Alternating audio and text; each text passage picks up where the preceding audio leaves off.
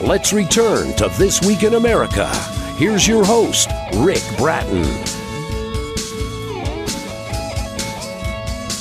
Welcome back, everybody, coast to coast. This Week in America, Apex Blues by Cecile Picou chronicles the extraordinary lives and musical legacies of two generation-spanning jazz clarinet virtuosos, Jimmie Noone Sr. and his son, Jimmie Noone Jr.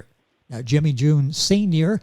rose to fame in the 1990s New Orleans French Quarter jazz scene, forging his iconic Sweet Lorraine style during the dawn of the genre. Later, his son Jimmie initially made waves as a San Diego local musician. Before feeling called to follow in his father's footsteps, he set out to revive his dad's New Orleans jazz sound and mentorship. In his final days, he completes his quest to honor jazz history by propelling his father's sound into the future. Apex Blues captures the two clarinet greats, shepherding jazz from regional obscurity into the acclaimed American art form. Cecile was born in San Diego, California, worked in the banking industry, and as a journalist, she placed as a second-rounder for the Austin Film Festival, won as a quarterfinalist for a screenplay entitled The Jazz Age. Also, several awards for a screenplay for Apex Blues. She is the author of Apex Blues, a biography of Jimmie Noone Sr. and his son, Jimmie Noone Jr., and Cecile Picou is our guest on This Week in America. Welcome to the program. A pleasure to have you with us. Thank you. Thank you. What an interesting book that you put together, and I'm really anxious to talk about these two jazz legends in the early days of jazz. And we'll start with the inspiration for you. Where did this idea come from for you to write this book, Apex Blues? Well, I had been knowing Jimmie all my life since we were kids, the junior. And we ended up being boyfriend and girlfriend after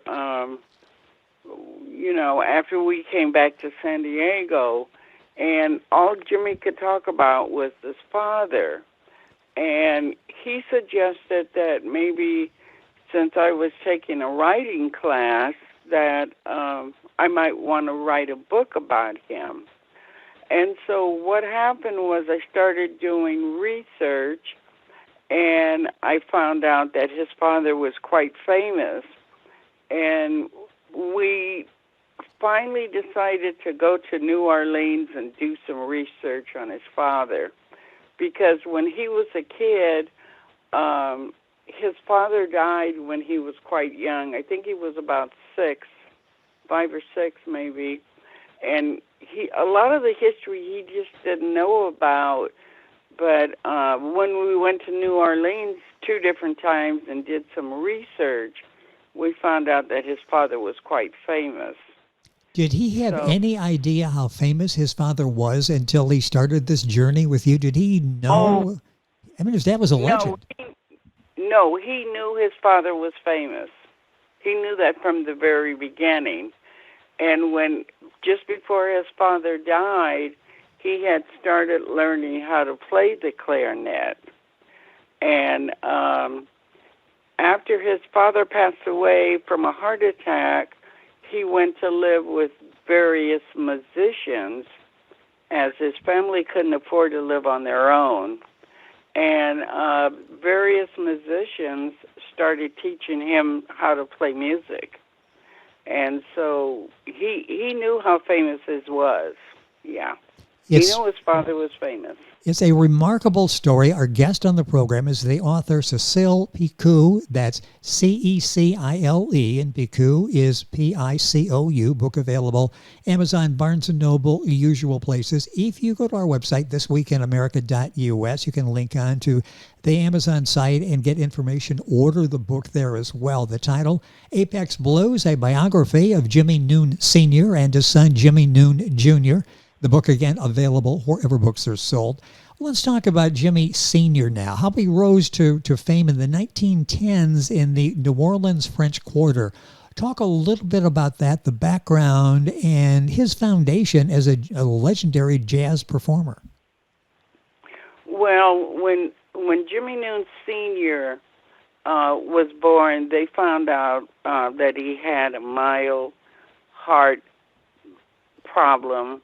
And so his father educated him in music because he wasn't allowed to play a lot of sports. And he started playing in Storyville in New Orleans, which was a red district. And playing in Storyville, he learned how to play New Orleans jazz. And at that time, when he was recording when he was playing music at Storyville, he was paid about $1.50 to $2.50 an hour for a gig, or $4 a week, and that was considered good pay at that time because a steak cost about 10 cents and a loaf of bread was 5 cents. So recording in Storyville is where he first learned jazz music. But then when Storyville closed, he moved to Chicago. And when he moved to Chicago, he had more opportunity to play music. And he played at quite a few different areas in Chicago and became quite famous. Yes. So in the south side of Chicago, he started playing with the original Creole Jazz Orchestra with Freddie Keppert and Joe King Oliver at the Royal Gardens. And so when he migrated to Chicago, he also met Freddie Keppert, Louis Armstrong, Jelly Roll Martin, and they brought the New Orleans style of music to Chicago. Once jazz got really popular, most of the white people started calling it Chicago jazz style, but the Creoles from New Orleans was calling it just plain jazz. And so it really hit off at that time. It's amazing, the story, and you talk about Jimmie going to New Orleans with his mother and being exposed to this new music that everyone was calling jazz and seeing the brass bands go by. It really captured his attention, didn't it? Oh, yes. He loved the jazz bands. And his mother passed away when right around when World War I was going on, and so Jimmie went back to New Orleans. He met Alphonse Picou, but he already knew him, but he met him really good, and they played music while he was down there. But when Jimmie Noone was working at the Dreamland bar, there was a lot of gangster activity going on, and so he was really controlled by Al Capone, and they had machine guns and things like that in that nightclub. But the Roaring Twenties took off, and music started changing to the Charleston, the Black Bottom, Yes. the foxtrot, the two-step, that type of thing. But he still was playing his New Orleans jazz, and it was still being accepted. But right about that time, when he was working, he worked at the Dreamland, which was quite popular, and Louis Armstrong was working with them, and Oscar and the Tuxedo Bass Brand was also playing with them. So he in Chicago, he was really getting around. He played at the Royal Gardens Cafe and various places like that. Yes. It's a And that's when he started recording with Columbia Records and Joe King Oliver, the band that they had. But he was able to record quite a few different music styles.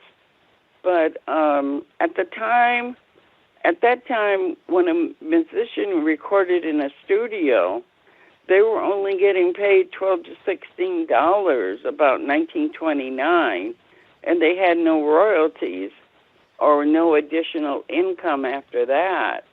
So now Noone's music is being played all over the internet, but none of the ancestors from his family have been able to get any royalty payments because the pay was low and it was just a one-time payment.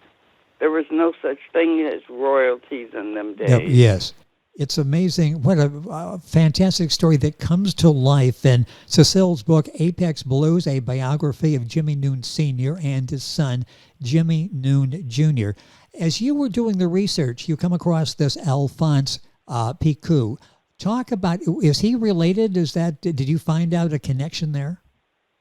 Well, I was never able really to find the connection. However, I was raised by my grandfather and grandmother, and they told me that Alphonse had come to visit them at one time, but I was too young to know who he was. But everybody seems to think, even in New Orleans, that I'm related to him. And what's kind of ironic is Alphonse and my grandfather, they almost look like twins. If you could see the picture of my grandfather, you would say, oh, yes, they're related. But history books and various other sources of locating relatives, I haven't been able to find out how I'm related to him. But in New Orleans, they accept the fact that I am. And you've got that facial recognition factor there. So I would go ahead and claim him. That what a legacy you have just in being part of this musical foundation there. The book is Apex Blues, a biography of Jimmie Noone Sr. and his son, Jimmie Noone Jr. The author is Cecile Picou. She is our guest on the program. Cecile, Picou, Picou. Link on our website to go directly to our Amazon page and get all the information and order the book there as well.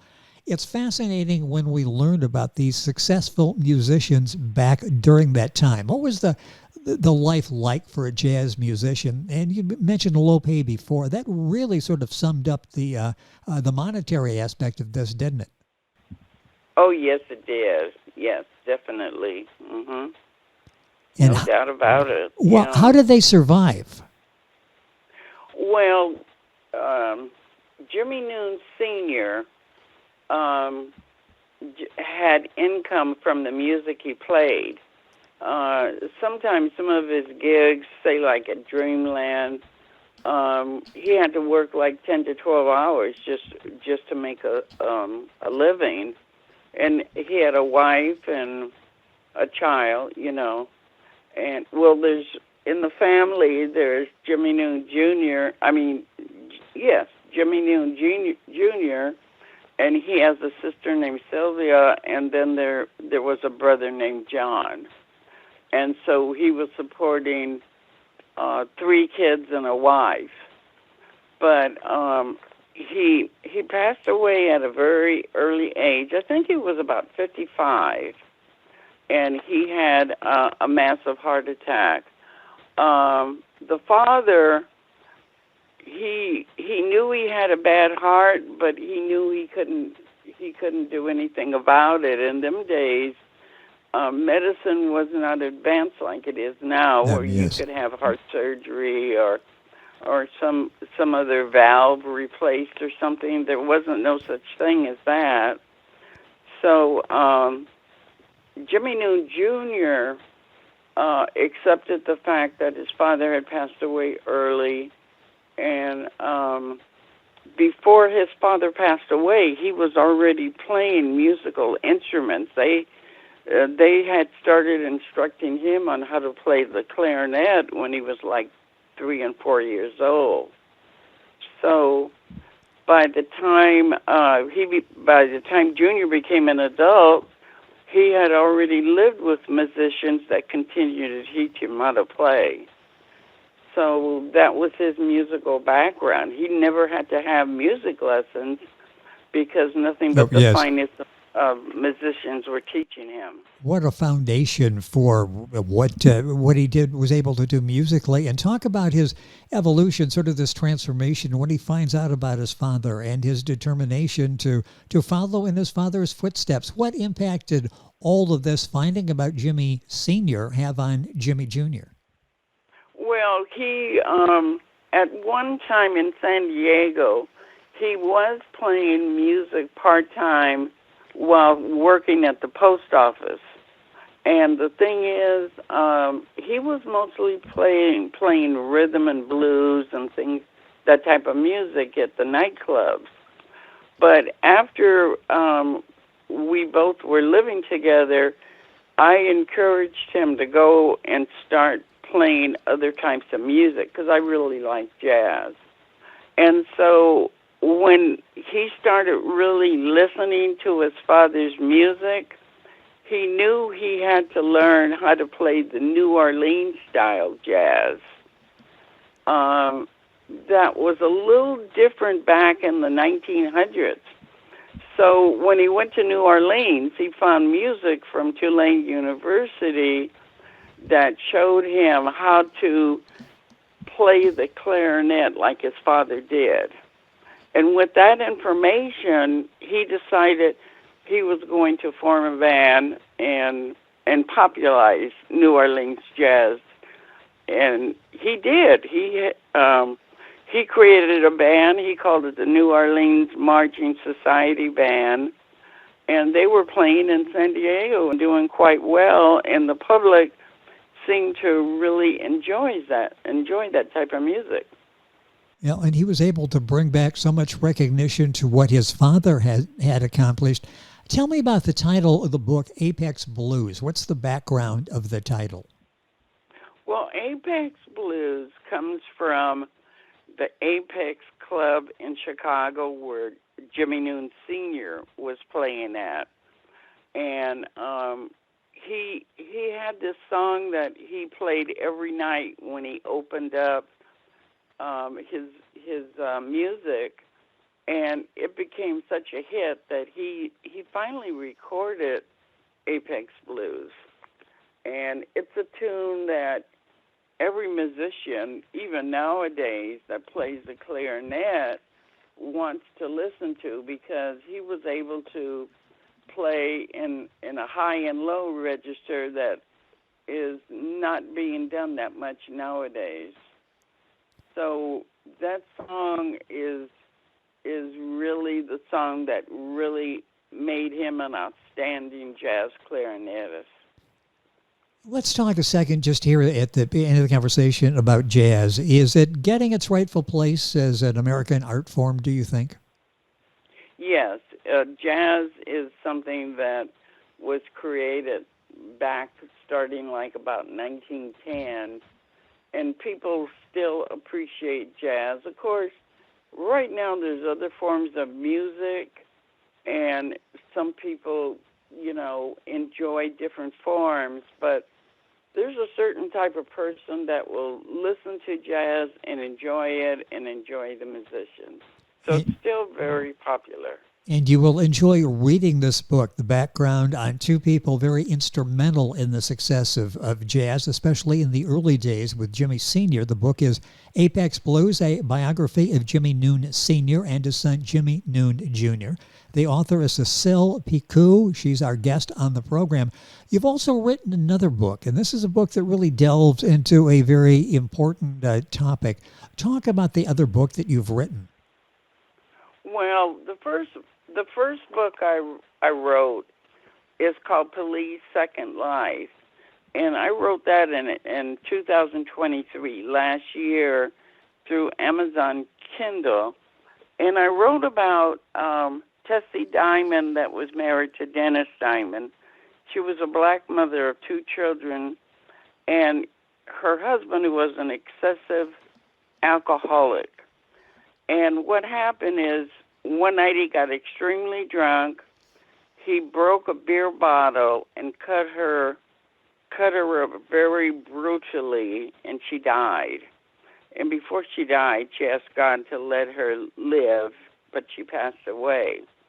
And years later, she became, I call it a transference, which is something similar. You could connect it to being reincarnated, Oh, yes. except for some religions believe reincarnation happens when someone becomes a newborn baby. But in her case, she was a middle-aged lady that was transformed into a different body, and she had a PhD, and she became Tessa Diamond. And when she became Tessa Diamond, she was able to reconnect with her children that were now in college, and she was able to see them grow up. So it's a real quick, easy read, and it was my first book, so I made it really short and to the point. Well, the book's available. I'm assuming it's still available at Amazon Kindle? Yes, it is. On Amazon, all you have to do is type in my full name, Cecile Picou, and the book will come up, and it's available. And if you're spelling that, that's Cecile. Picou is Picou. And, of course, while you're there, you'll get information, be able to order Apex Blues, a biography of Jimmie Noone Sr. and his son, Jimmie Noone Jr., that book available as well. What are you working on now? Do you have another book that you're thinking about publishing? Well, I'm working on a book. It's called Africana Separate States. And what it is I'm working on the idea that maybe possibly in about, say, 10, 15 years, black people are going to get tired of being discriminated against and not having a place to live in a decent neighborhood. And finally a riot starts, and everyone that's black has decided to move to separate states and create their own type of living, because the riots, the police brutality, the lack of a good income all comes into play in about 10 more years. And so that's what I'm working on right now. That will be interesting, and hopefully we'll have a chance to discuss that as well. I've enjoyed having Cecile on the program talking about Apex Blues, a biography of Jimmie Noone Sr. and his son Jimmie Noone Jr. I'd like to thank King Pages Press, Cecile's marketing consultant, for arranging our conversation today. Of course, the book is available wherever books are sold. We've got a link on our website, thisweekinamerica.us. Cecile, a pleasure having you on the program, telling us the story of these two legends in the jazz music community. Thank you for being with us on the program. Thank you so much for having me. I really enjoyed talking to you and discussing my book. We've had a pleasure, a great time. Time went by way too quickly. A fascinating conversation with Cecile Picou. That's Cecile, Picou, Picou. The book's available again at Amazon. Link on our website, thisweekinamerica.us. We are back on today's program right after these messages. This Week in America is online. You can visit our website, thisweekinamerica.us. Scott Pinkerton, associate producer of This Week in America. Jay Anderson, segment producer. Ben Watson, webmaster. Otto Bechet, director of engineering and TV production. This Week in America produced and is a trademark of Blue Funk Broadcasting, LLC. For information on all of our guests and to listen to this week's show, our website again at thisweekinamerica.us. And I'm Sean Bratton, executive producer of This Week in America.